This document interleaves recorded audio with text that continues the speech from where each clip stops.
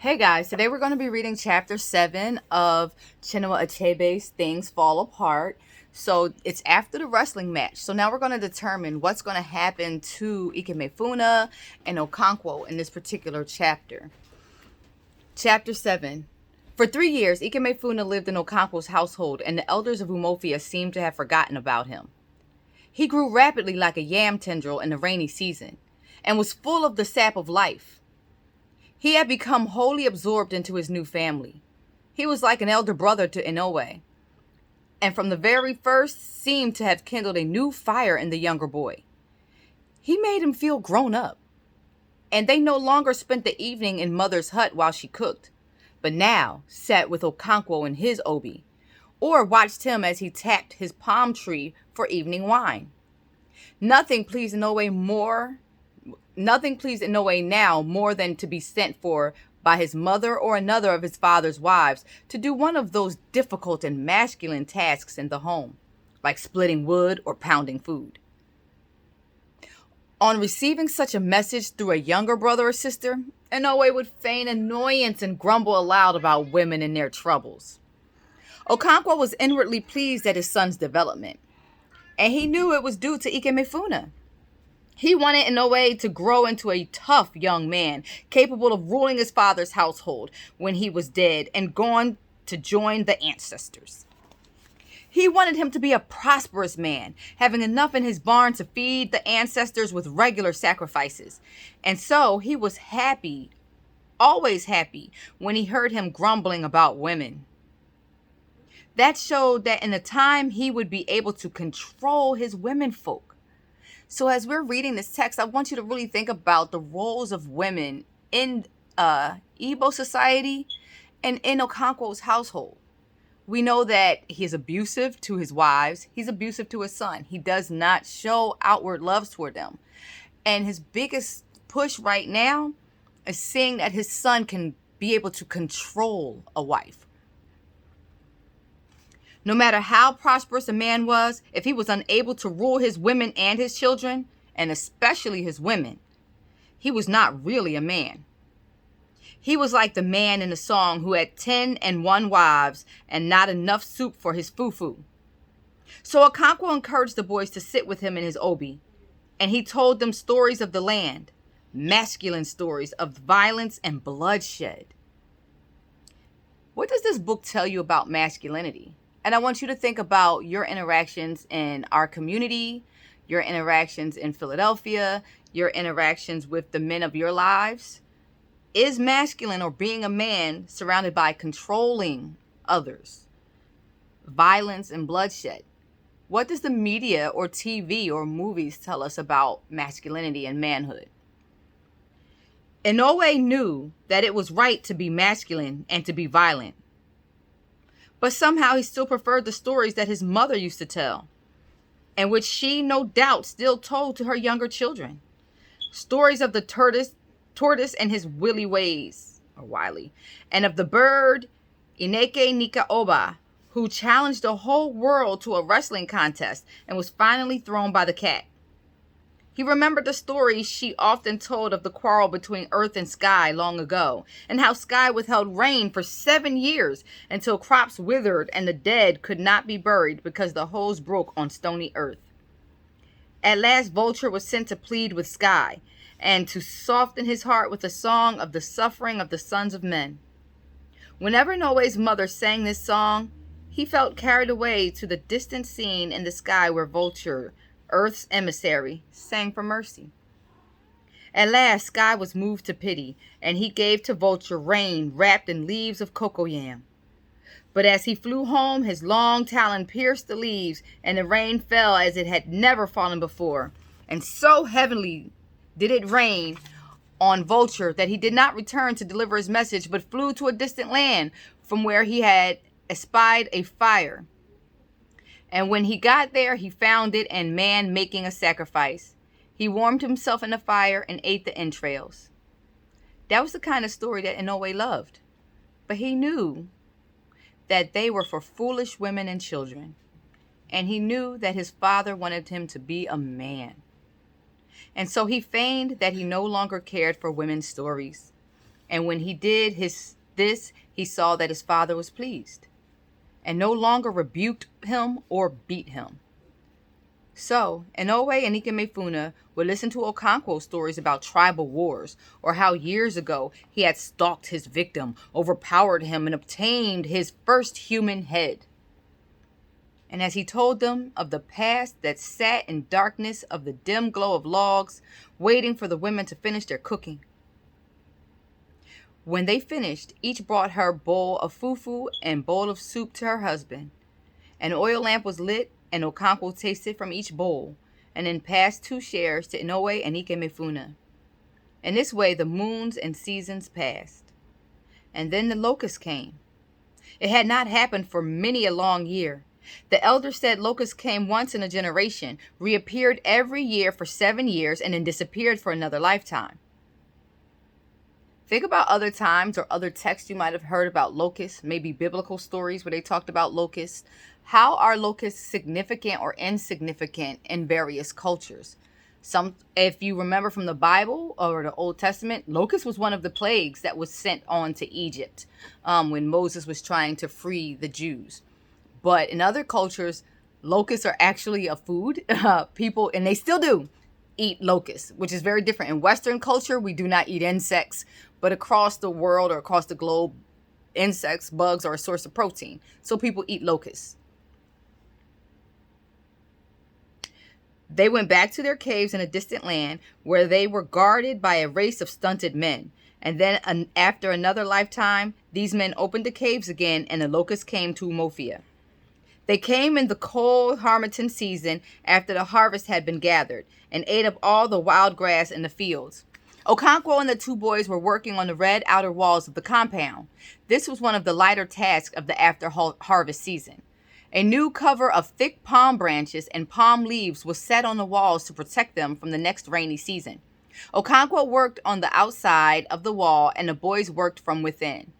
There were little holes from one side to the other in the upper levels of the wall, and through these Okonkwo passed the rope, or titi, to the boys, and they passed it around the wooden stays and then back to him. And in this way, the cover was strengthened on the wall. The women had gone to the bush to collect firewood, and the little children to visit their playmates in the neighborhood compounds, or the neighboring compounds. The Harmattan was in the air and seemed to distill a hazy feeling of sleep on the world. Okonkwo and the boys worked in complete silence, which was only broken when a new palm frond was lifted onto the wall, or when a busy hen moved dry leaves about in her ceaseless search for food. And then, quite suddenly, a shadow fell on the world, and the sun seemed hidden behind a thick cloud. Okonkwo looked up from his work and wondered if it was going to rain at such an unlikely time of the year. But almost immediately, a shout of joy broke out in all directions, and Umofia, which had dozens in the noonday haze, broke into life and activity. Locusts are descending, as was joyfully chanted everywhere, and men, women, and children left their work or their play and ran into the open to see the unfamiliar sight. The locusts had not come for many, many years, and only the old people had seen them before. At first, a fairly small swarm came. They were the harbingers sent to survey the land. And then appeared on the horizon a slowly moving mass like a boundless sheet of black cloud drifting towards Umofia. Soon it covered half the sky, and the solid mass was now broken by tiny eyes of light like shining stardust. It was a tremendous sight, full of power and beauty. Everyone was now about, talking excitedly and praying that the locusts should camp in Umofia for the night. For although locusts had not visited Umofia for many years, everybody knew by instinct that they were very good to eat. And at last the locusts did descend. They settled on every tree and on every blade of grass. They settled on the roofs and covered the bare ground. Mighty tree branches broke away under them, and the whole country became the brown earth color of the vast, hungry swarm. So culturally, some people, like we see here in Umofia, they're going to eat some of those locusts, but locusts also can destroy crops. So a lot of times when you hear of locusts coming, like I think There was locusts that came in the Midwest here, and it destroyed some of the crops, which is not beneficial to us because in Western culture, we don't eat locusts. Here, you're hearing like there's so many of them swarming. They're on all the blades of grass. They're on the trees. They're on the branches. They're breaking branches off of trees. And you're like, well, that's kind of destructive. But if you about to scoop some locusts up to eat them, you're like, all right, I'm cool because this is going to be a lot of food. This is going to be a lot of protein, and they taste good. Like I'm going to reiterate, different cultures eat different things across the globe. Many cultures do eat insects. Many people went out with baskets trying to catch them, but the elders counseled patience till nightfall, and they were right. The locusts settled in the bushes for the night, and their wings came wet with dew. Then all Umuofia turned out in spite of the cold harmattan, and everyone filled his bag and pots with locusts. The next morning they were roasted in clay pots and then spread in the sun until they became dry and brittle. And for many days this rare food was eaten with solid palm oil. Okonkwo sat in his obi crunching happily with Ikemefuna and Inoue and drinking palm wine copiously. When Ogbefi Izudu came in, Izudu was the oldest man in this quarter of Umuofia. He had been a great and fearless warrior in his time, and was now accorded great respect in all the clan. He refused to join in the meal, and asked Okonkwo to have a word with him outside. And so they walked out together, the old man supporting himself with his stick. When they were out of earshot, he said to Okonkwo, "That boy calls you father. Do not bear a hand in his death." Okonkwo was surprised and was about to say something when the old man continued. "Yes, Umuofia has decided to kill him. The Oracle of the Hills and the Caves has pronounced it. They will take him outside Umuofia as is the custom and kill him there. But I want you to have nothing to do with it. He calls you his father." So we've already seen summaries of the text and have an idea of who Okonkwo is as a person. So what do you think Okonkwo and his ultra masculinity is going to choose to do? Why do you think he chooses to do it? And was that a good idea to choose to make that choice? The next day, a group of elders from all the 9 villages of Umuofia came to Okonkwo's house early in the morning. And before they began to speak in low tones, Inoue and Ikemefuna were sent out. They did not stay very long. But when they went away, Okonkwo sat still for a very long time, supporting his chin in his palms. Later in the day, he called Ikemefuna and told him that he was to be taken home the next day. Inoue overheard it and burst into tears, whereupon his father beat him heavily. Why did his father beat Inoue? How does Okonkwo feel about tears? Why do you think Okonkwo chose to tell Ikemefuna that he was going home? And what thoughts do you think was in Ikemefuna's head? It was like, oh, I'm going home? Like home back to my family? What kind of home? Because now he really considers Okonkwo's home his home. How do you feel about the villagers' choice or the people of Umuofia's choice to decide that after 3 years, this child who has lived with you is to be killed? As for Ikemefuna, he was at a loss. His home had gradually become very faint and distant. He still missed his mother and his sister and would be very glad to see them. But somehow, he knew he was not going to see them. He remembered once when men had talked in low tones with his father, and it seemed now as if it was happening all over again. Later, Inoue went to his mother's hut and told her that Ikemefuna was going home. She immediately dropped her pestle, from which she was grinding pepper, folded her arms across her breast, and sighed. Poor child. The next day, the men returned with a pot of wine. They were all fully dressed as if they were going to a big clan meeting or to pay a visit to a neighboring village. They passed their cloths under the right armpit and hung their goatskin bags and sheathed machetes over their left shoulders. Okonkwo got ready quickly, and the party set out with Ikemefuna carrying the pot of wine. A deathly silence descended on Okonkwo's compound. Even the very little children seemed to know. Throughout the day, Inoue sat in his mother's hut, and tears stood in his eyes. At the beginning of their journey, the men of Umofia talked and laughed about the locust, about their women, and about some effeminate men who had refused to come with them. But as they drew near to the outskirts of Umofia, silence fell upon them too. So notice that the men who didn't come, they called effeminate, or were saying like they're like a woman. So once again, it kind of makes you think this situation where Okonkwo probably shouldn't be following along, what would make him choose to still come? To kill someone who called him father. The sun rose slowly to the center of the sky, and the dry sandy footway began to throw up the heat that lay buried in it. Some birds chirped in the forest around. The men trod dry leaves on the sand. All else was silent. Then from the distance came the faint beating of the ikwe. It rose and faded with the wind, a peaceful distance from a distant clan. It is an Ozo dance, the men said among themselves, but no one was sure where it was coming from. Some said Izimili, others Abame or Anita. They argued for a short while and fell into silence again. And the elusive dance rose and fell with the wind. Somewhere, a man was taking one of the titles of his clan, and music and dancing was a great feast. The footway had now become a narrow line in the heart of the forest. The short trees and sparse undergrowth which surrounded the men's village began to give way to giant trees and climbers which perhaps had stood from the beginning of things, untouched by the axe and a bushfire. The sun breaking through their leaves and branches threw a pattern of light and shade on the sandy footway.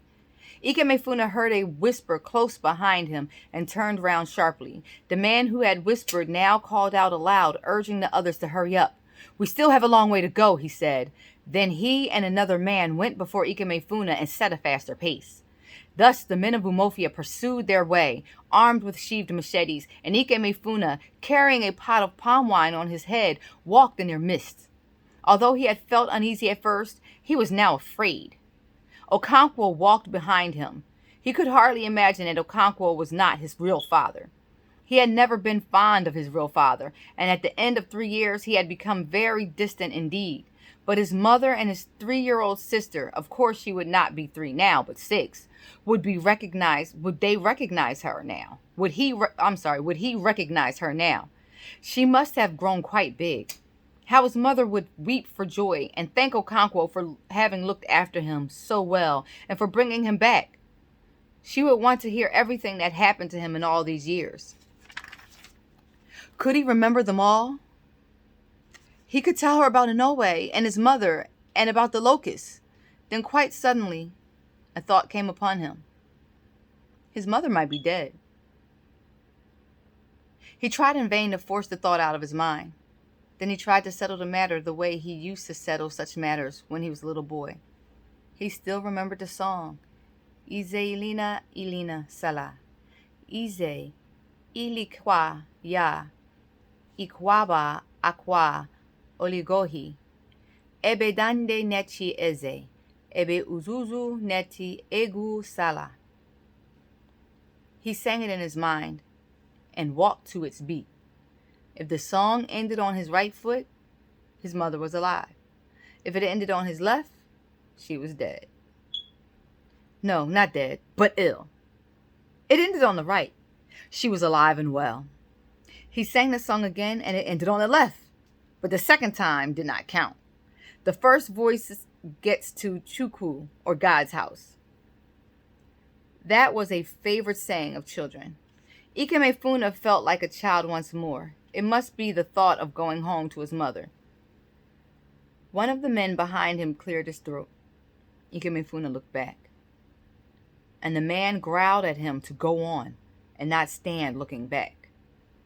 The way he said it sent cold fear down Ikemefuna's back. His hands trembled vaguely on the black pot he carried. Why had Okonkwo withdrawn to the rear?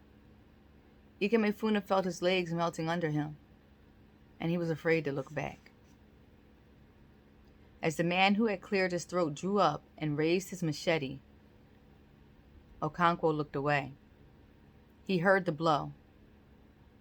The pot fell and broke in the sand. He heard Ikemefuna cry, "My father! They have killed me!" as he ran towards him, dazed with fear. Okonkwo drew his machete and cut him down. He was afraid of being thought weak. As soon as his father walked in that night, Inoue knew that Ikemefuna had been killed, and something seemed to give way inside him, like the snapping of a tightened blow. He did not cry. He just hung limp. He had had the same kind of feeling not long ago, during the last harvest season. Every child loved the harvest season. Those who were big enough to carry even a few yams in a tiny basket went with grown-ups to the farm. And if they could not help in digging up the yams, they could gather firewood together for roasting the ones that would be eaten there on the farm. The roasted yams soaked in red palm oil and eaten in the open farm was sweeter than any meal at home. It was after such a day at the farm during the last harvest that Inoue had felt for the first time a snapping inside him, like the one he felt now. They were returning home with baskets of yams from a distant farm across the stream when they heard the voice of an infant crying in the thick forest. A sudden hush had fallen on the woman who had been talking, and they had quickened their steps. Inoue had heard that twins were put in earthen pots and thrown away in the forest, but he had never yet come across them. A vague chill had descended on him, and his head had seemed to swell like a solitary walker at night who passes an evil spirit on the way. Then something had given way inside him and descended on him again, this feeling, when his father walked in that night after killing Ikemefuna.